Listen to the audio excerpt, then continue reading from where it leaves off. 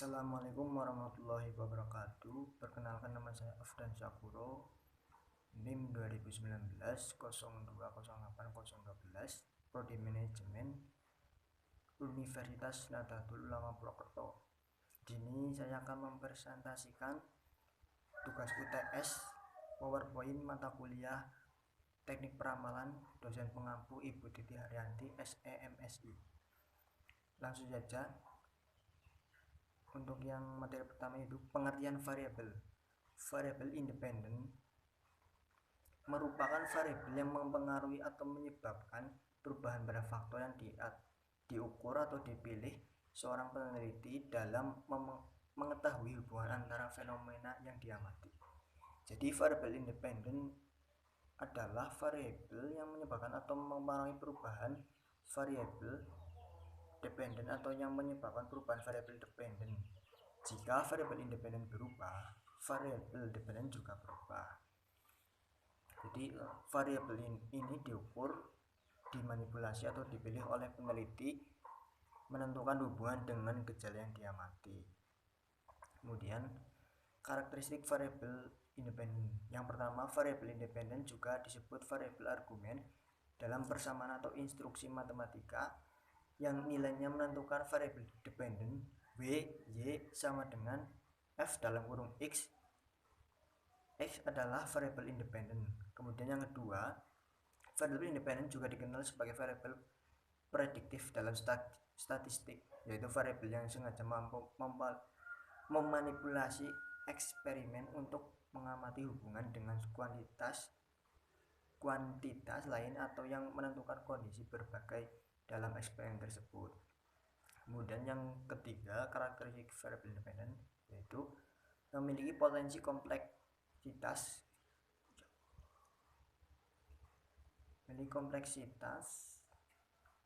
karena menjadi sumber kebingungan banyak orang beranggapan bahwa variabel independen tidak tergantung pada manipulasi apapun.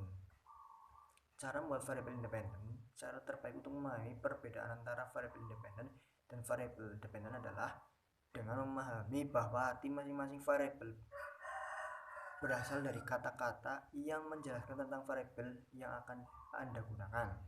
Anda dapat melakukan ini dengan latihan guna persamaan kalimat berikut. Variabel dependen dipengaruhi oleh variabel independen, serta variabel independen tidak mungkin dipengaruhi oleh variabel dependen. Kemudian contoh, kalau pemberian pupuk organik adalah variabel independen, hal ini disebabkan kalau pemberian pupuk organik memengaruhi tinggi tanaman, sedangkan variabel dependennya adalah tinggi tanaman karena dipengaruhi oleh pemberian pupuk organik. Kemudian yang kedua adalah persamaan registrasi berganda. Analisis registrasi linear berganda sebenarnya sama dengan analisis registrasi linear sederhana. Hanya variabel bebas lebih dari satu buah. Persamaan umumnya adalah Y sama dengan A plus B1 dikali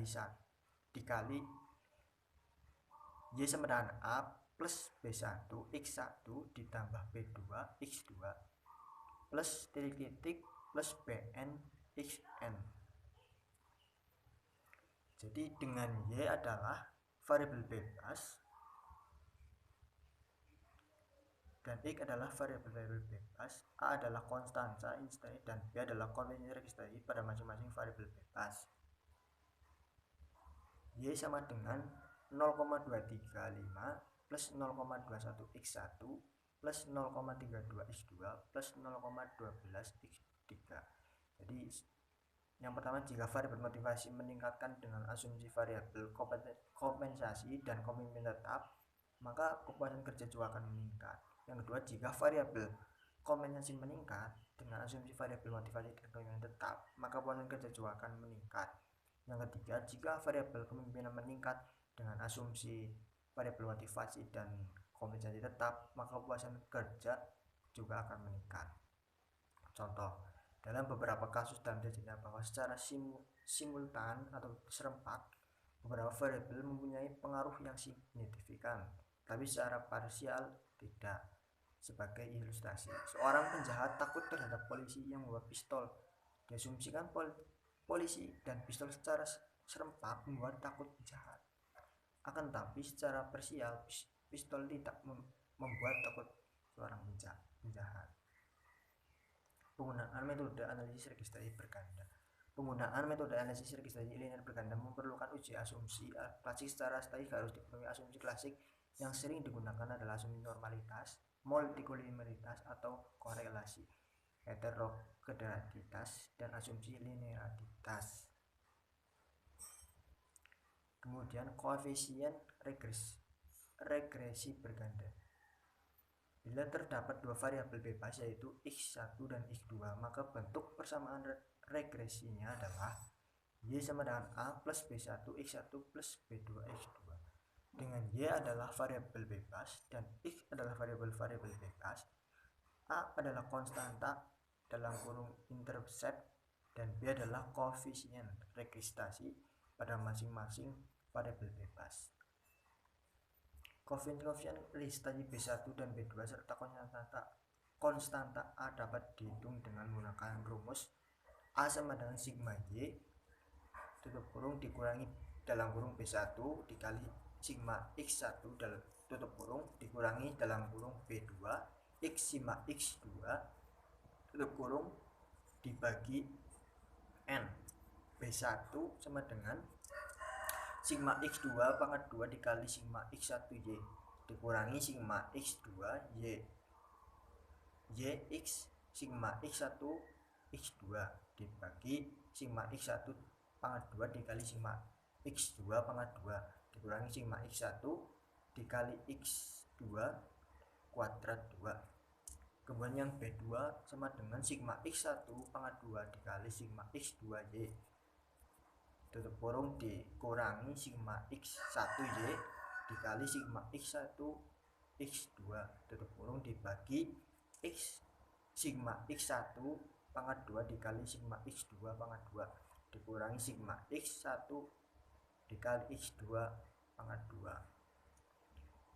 Kemudian koefisien korelasi ganda. Untuk mengetahui seberapa besar korelasi secara serentak atau simulatan antara variabel x1, x2 dari titik Sn dengan variabel yang dapat digunakan koefisien korelasi ganda, besaran nilai koefisien korelasi ganda dapat dihitung dengan rumus R sama dengan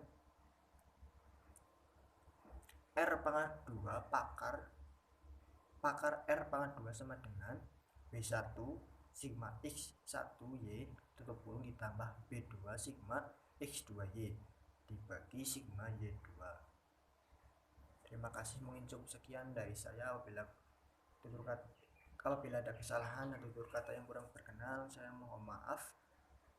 Billahi taufiq wal hidayah. Wassalamualaikum warahmatullahi wabarakatuh.